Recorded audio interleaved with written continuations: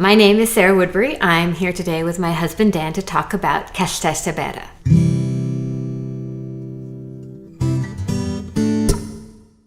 We've taken 13 members of our extended family to Wales on various trips, and if you were to do a poll, Castell Bere would be the most popular place we visit. It would be. It's my favorite place to visit. I just love the peace of it and its beauty and how remote it is. Of all the castles in Wales, I don't know that anything can compare to the beauty and the isolation, and in some ways the grandeur of Castell Bere. We just come here and we just love it. But that kind of begs the question, why build a castle at that location? Castell Bere was built in 1221 by Llywelyn Fawr, and he was built for a number of reasons. The first was to guard the southernmost portion of his kingdom. He had taken Meredith from his eldest son and now wanted to claim it in a way for himself. It was also starting the age of castle building in Wales to counter the encroaching Norman presence and the power of King John and then King Henry, and finally Edward. Second reason is that it controls the road to Dolgellau, which was really a trade route from northern Gwynedd to south Gwynedd. And the third reason is, as always with these Welsh castles, cattle. I want to talk to you about cows. They're called, cattle ranches are called vaccaries, and they were an important source of wealth to the princes of Gwynedd, actually to all the people. One of the big differences between the Welsh and the English were that the Welsh were pastoral, meaning they herded sheep and cattle, and the English were farmers.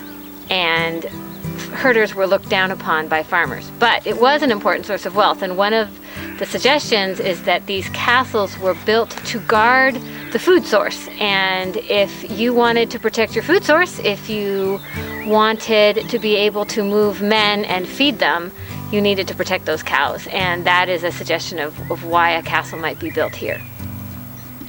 The castle is built on an elongated plateau of rock in this middle of this valley.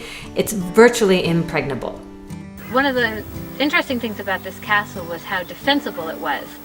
The entrance, the main entrance here, had a system of bridges and pits and 2 gatehouses in order to protect it. Llywelyn, when he built it, took advantage of the natural topography, building the castle into the rock.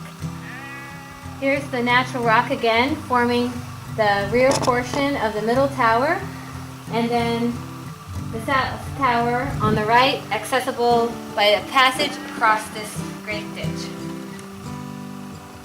Certainly the bailey would have been uneven to walk upon.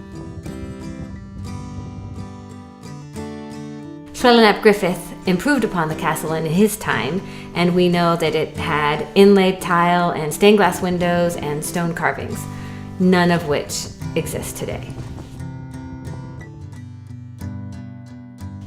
After the death of Llywelyn in 1282, it is possible that Dafydd, his younger brother, thought that Castell Bere would be his last defense, but he wasn't there in April of 1283 when 2 separate English forces converged on the castle, one led by William de Valence and another by Roger Lestrange, at which point the castle surrendered without a fight.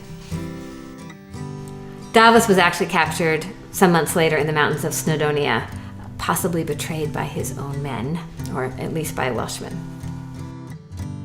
Edward garrisoned this castle after 1283, but then he actually even established a borough here, one of those English boroughs where he imported English people in to settle. But then it was abandoned because it was so remote and because it wasn't serving the purpose that he wanted it to. Later he built some of the other bigger castles like Harlech and Carnarvon instead. In the After Kilmary series, my characters come to Castell Bere in Daughter of Time, and it is here that David and Anna are brought when they first encounter Llywelyn after saving his life at Kilmary. Next week, we're going to talk about the Edwardian conquest, with a special guest appearance by my daughter Bryn. If you like this video, click on the playlist or subscribe to my channel. There'll be a new video next week. And if you want to check out my books, click on the link to my webpage.